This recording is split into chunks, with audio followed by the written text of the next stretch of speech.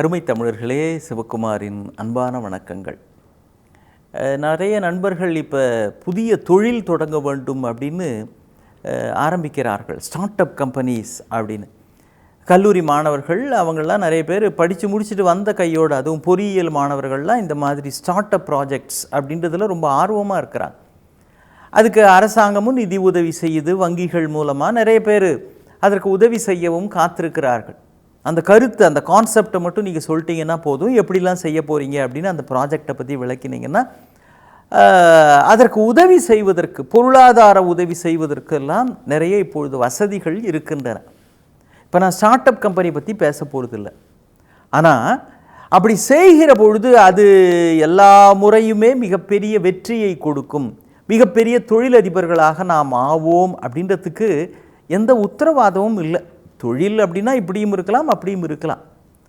ஆனால் அதில் ஒரு முக்கியமான அம்சம் நாம் கவனிக்க வேண்டியது என்ன அப்படின்னா, அதை தொடங்கி நடத்துகிற பொழுது நமக்கு கிடைக்கிற அனுபவங்கள், கிடைக்கிற தொடர்புகள், அந்த அனுபவத்திலிருந்தும் அந்த தொடர்புகளிலிருந்தும் நாம் கற்றுக்கொள்ள வேண்டிய பாடங்கள், இது நமக்கு புதிய வாசல்களை திறக்கும்.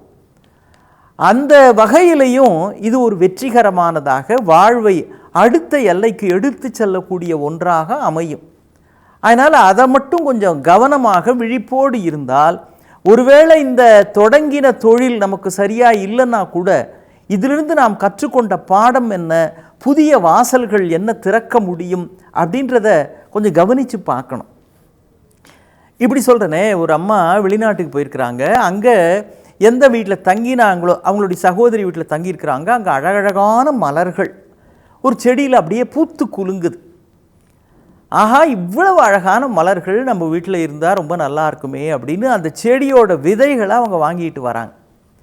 வாங்கிட்டு வந்து இங்கே சென்னையிலன்னு வச்சுக்கோங்களேன், சென்னையில் தன்னுடைய வீட்டில் அந்த விதையை அவங்க போடுறாங்க.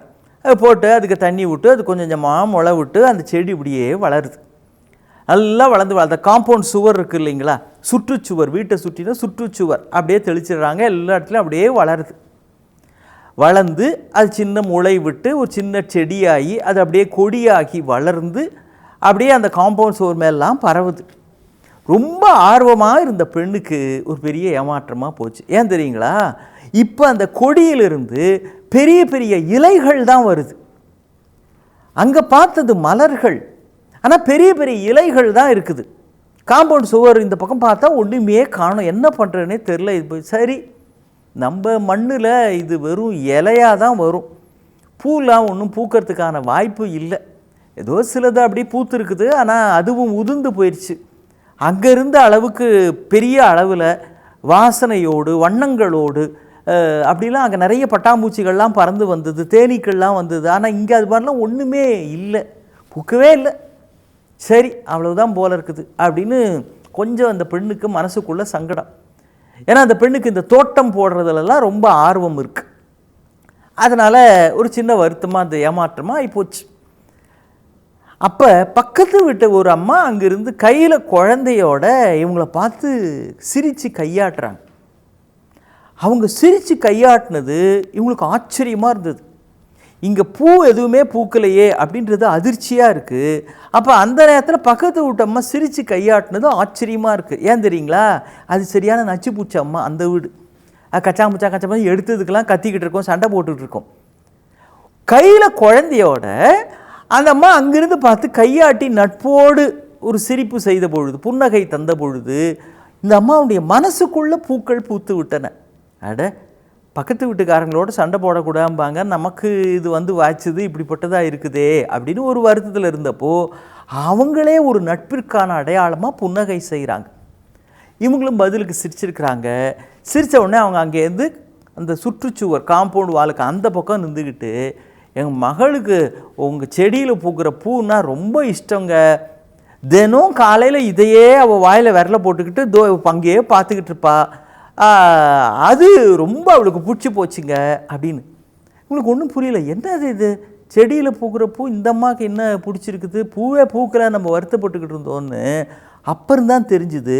இது அப்படியே இந்த செடி வளர்ந்து கொடியாகி காம்பவுண்ட் வாலுக்கு அந்த பக்கமும் படர்ந்து அந்த வீட்டிலிருந்து பார்த்தால் தெரிய வருது அளவுக்கு வளர்ந்துருக்கிறது. இந்த மலர்கள் எல்லாம் அந்த பக்கம் வளர்ந்துருச்சு.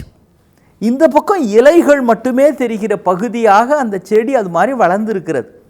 வேறு ஒரு பக்கத்திலே பூத்திருக்கிற பூக்கள் இந்த பெண்ணுக்கு தெரியாமல் சங்கடத்தை தந்தது. விதை போட்டு தண்ணி விட்டு கொஞ்சமாக அதுக்கு ஒரு இது ஒன்று கட்டி பந்தல் போட்டு வளர்த்தது இந்த அம்மா. வேறு யாருக்கோ அது மகிழ்ச்சியை தரக்கூடிய ஒன்றாக மலர்கள் மறுபக்கத்திலே இருக்கின்றன.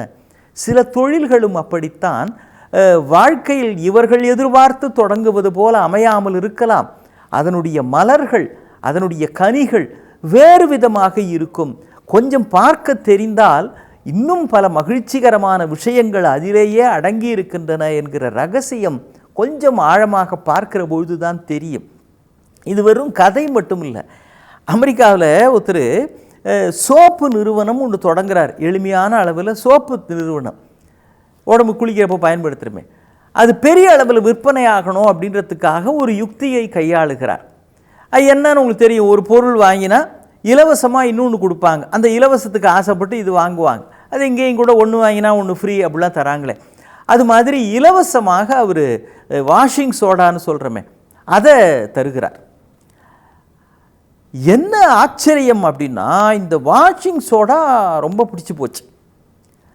மக்களுக்கெல்லாம் இதுக்காகவே அதை வாங்க ஆரம்பிச்சிட்டாங்க. இப்போ இந்த சோப்பு விற்பனை அதிகமாக ஆனதற்கு இந்த வாஷிங் சோடா ரொம்பவும் பிடிக்கின்ற ஒன்றாக ஆகி போய் இவர் இது ரொம்ப நல்லா இருக்குது போல் இருக்கு அப்படின்னு இந்த சோப்பு நிறுவனத்தை நிறுத்திட்டு இதையே முகுல நிறுவனமாக பெரிய அளவில் இதை இறங்கி செய்ய ஆரம்பிச்சிட்டார். இப்போ இது இன்னும் பரவலாக விற்பனை ஆக வேண்டும்ன்றதுக்காக இதுக்கு இலவசமாக, அவர் பேர் வில்லியம் ரிக்லி அப்படின்னு பேர், இதுக்கு இலவசமாக அவர் ஒரு பபுள் கம் ஒன்று தருகிறார். இவ்வளோ வாங்கினீங்கன்னா 2 bubble come free, 3 bubble come free அப்படின்னு. அது அறிமுகப்படுத்தப்பட்ட அந்த காலகட்டத்தில் இந்த பபுள் கம், சூயிங்கம் அப்படின்னு நம்ம பிள்ளைங்களாம் வாயில் போட்டு மின்னுக்கிட்டு இருக்குமே, அப்படியே பெருசாக பலூன் மாதிரி அதில் காற்றை ஊதி வாயிலையே பெரிய முட்டை மாதிரி விடுவாங்களே, அந்த சூயிங்கம் பிரபலமானதாக மாறிவிட்டது. இவர் இலவசமாக கொடுத்தது. ஜனங்களுக்கெல்லாம் அது பிடிச்சி போய் அந்த சூயிங்கம்காகவே இதை வாங்க ஆரம்பிச்சிட்டாங்க. கடைசியில் இதையும் நிறுத்திட்டு அந்த வாயில் போட்டு மெல்லுகிற அந்த சூயிங்கம் அதற்காகவே மிகப்பெரிய மார்க்கெட் உருவாகிவிட்டது. அமெரிக்க இராணுவத்திற்கு சப்ளை செய்யக்கூடிய அளவிற்கு இவர் உயர்ந்து விட்டார். ஒன்றுக்காகத்தான் ஒன்றை தொடங்குகிறோம், அது பிறகு அதுவே முக்கியமானதாக மாறுகின்ற வாய்ப்பும் இருக்கிறது. எனவே தொழில் தொடங்குகிற பொழுது, வியாபாரம் தொடங்குகிற பொழுது, எந்த ஒரு நல்ல காரியம் தொடங்குகிற பொழுதும் அதனுடைய மற்ற விஷயங்களில் இருந்து நாம் பெறுவது நாம் எதிர்பார்த்த வெற்றியை விட பெரிய வெற்றியாக அமையும். பார்க்க தெரிந்தால் பாதை தெரியும். மீண்டும் சந்திப்போம். வணக்கம்.